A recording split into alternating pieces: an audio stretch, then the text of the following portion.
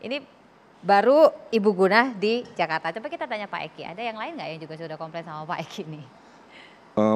Jadi kami ini baru pulang reses, ya, dan di seluruh daerah dari Sabang sampai Merauke itu keluhannya sama. Jadi itu misleading kalau dibilang, ya itu kan ada harga yang turun segala macam, pembandingnya dari mana? Kalau kita cerita dengan kuartal semester 1, itu tren semua sembako itu naik. Dan sebetulnya lembaga pangan dunia pun sudah mengingatkan bahwa pangan ini akan naik secara di dunia pada semester. Tapi kita masalahnya adalah pemerintah tidak mampu mengantisipasi dan tidak melakukan apa-apa. Pada masa 6 bulan di akhir 2020 ini yang kita sudah tahu bahwa mobilitas masyarakat, COVID sudah menurun, mobilitas masyarakat naik, ekonomi naik, pasti ada peningkatan kebutuhan, permintaan. Nah, pemerintah tidak melakukan apa-apa, termasuk minyak goreng. Bagi saya itu minyak goreng gampang banget supaya terkendali. Kenapa pemerintah tidak memaksa kepada para industri supaya dengan cara DMO, Domestic Market Obligation. Artinya apa? Artinya sebelum instruksi presiden yang ini kan udah terjadi dulu naik nih, baru ada keluar instruksi presiden. Coba kalau 6 bulan yang lalu sudah dibuat domestik nih Kementerian Pauker nih. Dibuat Domestic Market Obligation, ada kewajiban bagi CPO supaya mengutamakan dalam bahasa teknisnya tadi mengutamakan dalam negeri itu domestic market obligation untuk pasar dalam negeri kita. Kenapa? Karena mereka itu mendapat fasilitas perpajakan kok dari negara. Banyak mereka fasilitasnya, bahkan termasuk skema di dalam BPD PKS juga mendapatkan fasilitas. Bahkan ketika misalnya CPO turun, pemerintah juga turun. Dengan cara apa? Mempertinggi pembelanja terkait dengan B20, B30 sampai dinaikin sampai B80. Jadi maksud saya adalah pemerintah itu jangan terlambat terus, jangan nunggu naik dulu kemudian baru seperti kebakaran begitu kan. Kemudian terkait dengan tadi telur, masa sih telur dijawab dengan dari Blora? Berapa sih masyarakat petani Blora dan sebagainya. Yang lebih menyedihkan adalah kenaikan harga telur, kenaikan minyak goreng itu nggak sampai kepada petaninya. Kenaikan CPO misalnya, minyak goreng CPO dunia, minyak goreng itu belum sampai kepada petani. Ada transmisi yang cukup panjang, waktu yang panjang untuk bisa dinikmati oleh petani sawit. Nah maksud saya adalah ini memang harus dari hulu. Harus dari hulu, bagaimana sistem perdagangan kita yang memang terkait pangan itu terjadi volatile food, ada kenaikan, nah itu pemerintah harus antisipatif dan diperbaiki dari sisi hulunya, kemudian kebijakan-kebijakan di hilirnya juga disinkronkan. Itu yang menurut saya pemerintah harus antisipatif. Ini di hilir udah kerasa nih. Pak Adi udah kerasa ya, benar Pak Adi? Ya gini Mbak, jadi memang kalau industri sangat merasakan. Karena ini global ya, harga-harga pangan dunia itu FAO sudah melaporkan rata-rata 33% kenaikan.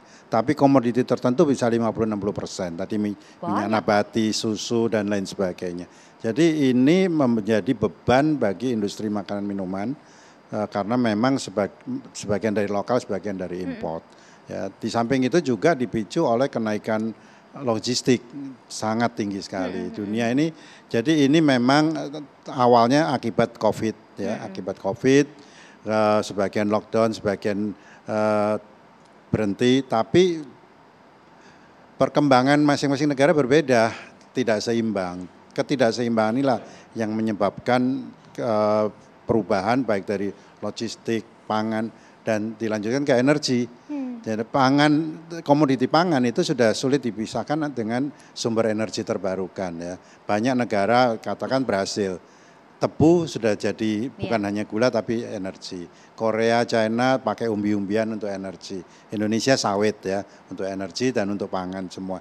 Jadi kita harus memikirkan secara menyeluruh antara pangan dan energi dan kemudian bagaimana pengaturan. Tadi yang Pak Eki katakan mungkin FAO sudah mengindikasikan ya dari awal-awal dan ini perlu diantisipasi memang, perlu diantisipasi dan kita harus segera melakukan pemetaan.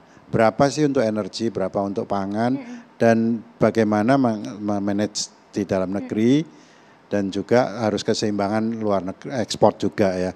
Karena kita juga butuh devisa seperti itu. Tapi kalau dari teman-teman Pak Adi di industri makanan minuman ini kenaikannya bisa sampai berapa persen? Kalau kita perhatikan selama 2020 kemarin, kemudian 2021, rata-rata kita menahan diri tidak naik harga. Harga pangan olahan ya. Kecuali komoditi yang tunggal seperti minyak goreng itu mau tidak mau karena dia tidak bisa olah. Dan kita menahan diri, tapi dengan kenaikan bahan baku, kemudian kenaikan biaya logistik dan kemudian nanti ada perubahan PPN ya tahun 2022 ini, mau tidak mau kita perkiraan saya akan sekitar 4-7%. Itu pun sebetulnya belum bisa menyerap kenaikan bahan baku ya, tapi paling tidak sedikit memperbaiki struktur keuangan dari perusahaan itu seperti itu.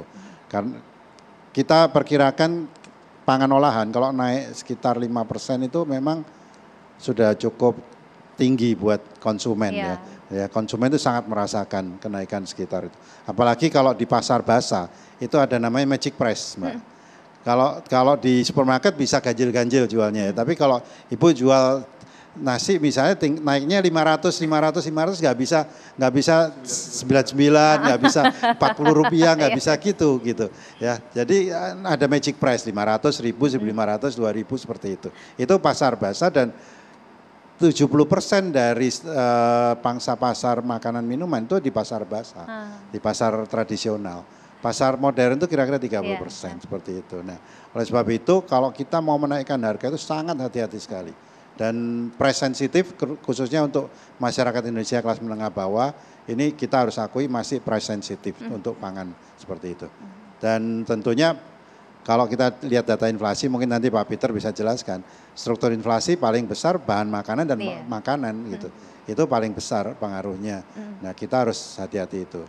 Meskipun menurut saya kita tidak perlu takut inflasi, yang penting pertumbuhan juga harus tinggi gitu. Nah itu kita harus sudah riset.